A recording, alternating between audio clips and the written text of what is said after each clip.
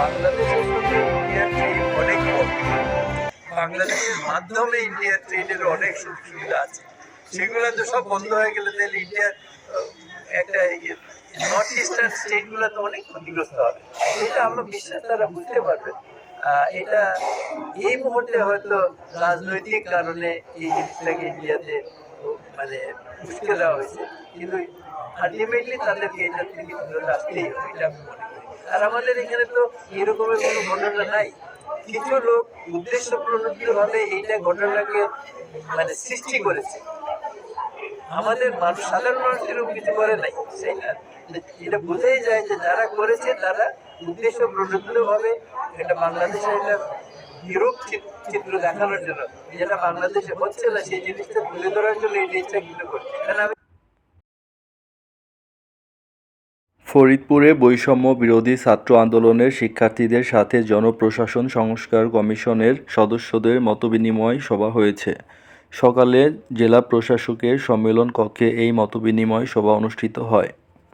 এতে প্রধান অতিথি হিসাবে বক্তব্য রাখেন জনপ্রশাসন সংস্কার কমিশনের প্রধান আব্দুল মঈদ চৌধুরী। সভায় জনপ্রশাসন সংস্কার কমিশনের সদস্য জগন্নাথ বিশ্ববিদ্যালয়ের শিক্ষার্থী বলেন, এখন থেকে অফিস আদালতে কোনো ঘুষ লেনদেন হলে অভিযুক্তদের শাস্তির আওতায় আনা হবে।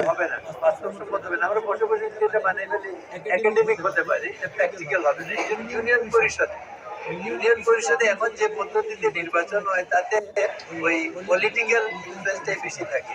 আর এইটাকে যদি আমরা মাল্টিপল ওয়ার্ডে করে দিই, প্রাইম মিনিস্টারিয়াল মেম্বাররা চেয়ারম্যান ইলেক্ট করবে, এটা আমার ব্যক্তিগত চিন্তা।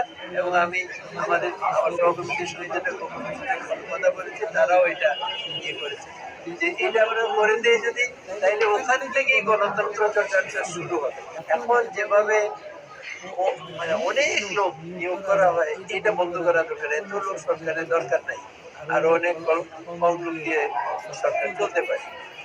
পুলিশের সংখ্যা দরকার, কারণ আজকের জটিলতার কারণে আইন শৃঙ্খলা অনেক বেশি কঠিন হয়ে পড়ছে, সেখানে পুলিশের সংখ্যা বাড়াতে হবে।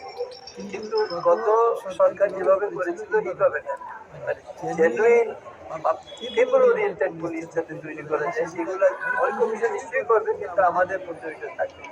আর যেমন ফরিদপুরটা ডিসিশন হওয়ার কথা, কিন্তু ফরিদপুর ডিভিশন করা হয় নাই, কারণ আগের সরকার প্রধানের ইচ্ছা ছিল গোপালগঞ্জ ডিভিশন, সেটা তো সম্ভব না। আমরা যেমন ঠিক করছি, এটা আমরা রিপোর্ট দেবো যে ফরিদপুর ডিভিশন আলাদা ডিভিশন হতে হবে, ফরিদপুরকে ডিভিশন করে। এই ধরনের আরো 2-3টা জায়গায় আছে, সেগুলো আমরা বলার চেষ্টা করবো। এটা করতেছি একটা, যে আমরা বলবো অন্তত 4টা প্রভিন্স করার কথা।